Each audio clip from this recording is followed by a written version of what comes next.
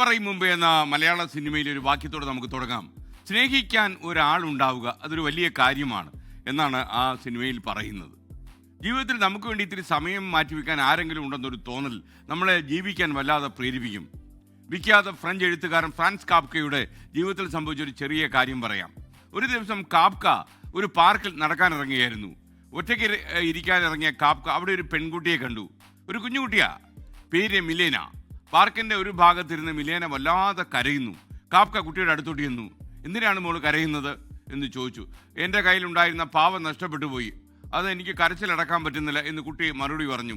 എത്രയൊക്കെ സമാധാനിപ്പിക്കാൻ ശ്രമിച്ചിട്ടും കുട്ടി കരച്ചിൽ നിർത്തുന്നതേയില്ല. അങ്ങനെ എന്ത് വില കൊടുത്തും കുട്ടിയുടെ കരച്ചിൽ നിർത്തണമെന്ന് കാപ്ക തീരുമാനിച്ചു. അതുകൊണ്ട് കുട്ടി കാണാതെ ഒരു കടലാസിൽ കാപ്ക ചില വരികൾ കുത്തിക്കുറിച്ചു. എന്നിട്ട് കുട്ടിയുടെ അടുത്ത് പോയിട്ട് ഈ കുറിപ്പ് കൊടുത്തു. ഇത് ആ പാവ നിനക്ക് നൽകാൻ വേണ്ടി എന്നെ ഏൽപ്പിച്ചതാ ഈ കത്ത് എന്ന് പറഞ്ഞിട്ട് കുട്ടിയോട് നുണ പറഞ്ഞിട്ട് ആ കത്ത് കൊടുത്തു. അത് കേട്ടപ്പോൾ കുട്ടിക്ക് വല്ലാത്ത സമാധാനമായി. കരച്ചിൽ പെട്ടെന്ന് നിന്നു. ശേഷം ആ കത്ത് കുട്ടി വായിച്ചു നോക്കി. അതിൽ രണ്ട് വരികൾ മാത്രമേ ഉണ്ടായിരുന്നുള്ളൂ. ഇത്രയും കാലം ഞാൻ നിന്നോടൊപ്പമായിരുന്നു, ഇനി ഞാൻ ലോകം കാണാൻ പോകട്ടെ. എവിടെ ചെന്നാലും എവിടെ പോയാലും നിനക്ക് ഞാൻ കത്തുകൾ എഴുതും. ഇതായിരുന്നു ആ 2 വരികൾ. അന്ന് ആ കത്ത് കിട്ടിയ സന്തോഷത്തിൽ മിലേന വീട്ടിലേക്ക് പോയി. വലിയ സന്തോഷമായി. അതിനുശേഷം എവിടെ പോയാലും കാപ്ക അവിടെ നിന്ന് മിലേനയ്ക്ക് ഒരു കത്തെഴുതും. ആ കത്ത് എല്ലാ ദിവസവും കിട്ടുമെന്ന പ്രതീക്ഷയോടെ മിലേന എന്ന കൊച്ചു പെൺകുട്ടി സന്തോഷമായി വളർന്നു. അപ്പോൾ കാപ്ക ചെയ്ത് ചെറിയ കാര്യമാണെന്ന് നമുക്ക് തോന്നും, പക്ഷേ ആ കുട്ടിയെ സംബന്ധിച്ചിടത്തോളം അത് വലിയ കാര്യമാണ്. നമ്മളെക്കുറിച്ച് അന്വേഷിക്കാൻ ആരെങ്കിലും ഉണ്ട് എന്നൊരു തോന്നൽ ഭൂരിഭാഗം മനുഷ്യർക്കും ഈ ജീവിതത്തിൽ ഈ ലോകത്ത് ജീവിക്കാൻ പ്രചോദനമാകും.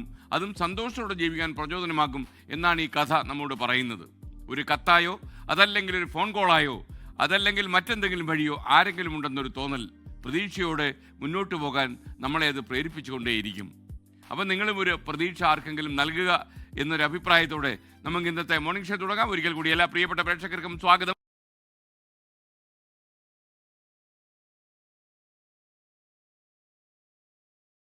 ലോകത്തെവിടെയായാലും ഏത് സമയത്തും 24 വാർത്തകളും ഓഗ്മെന്റഡ് റിയാലിറ്റി പാക്കേജുകളും എക്സ്പ്ലെയിനറുകളും വിശദമായി കാണാൻ ഞങ്ങളുടെ യൂട്യൂബ് ചാനൽ നിങ്ങൾക്ക് സബ്സ്ക്രൈബ് ചെയ്യാം.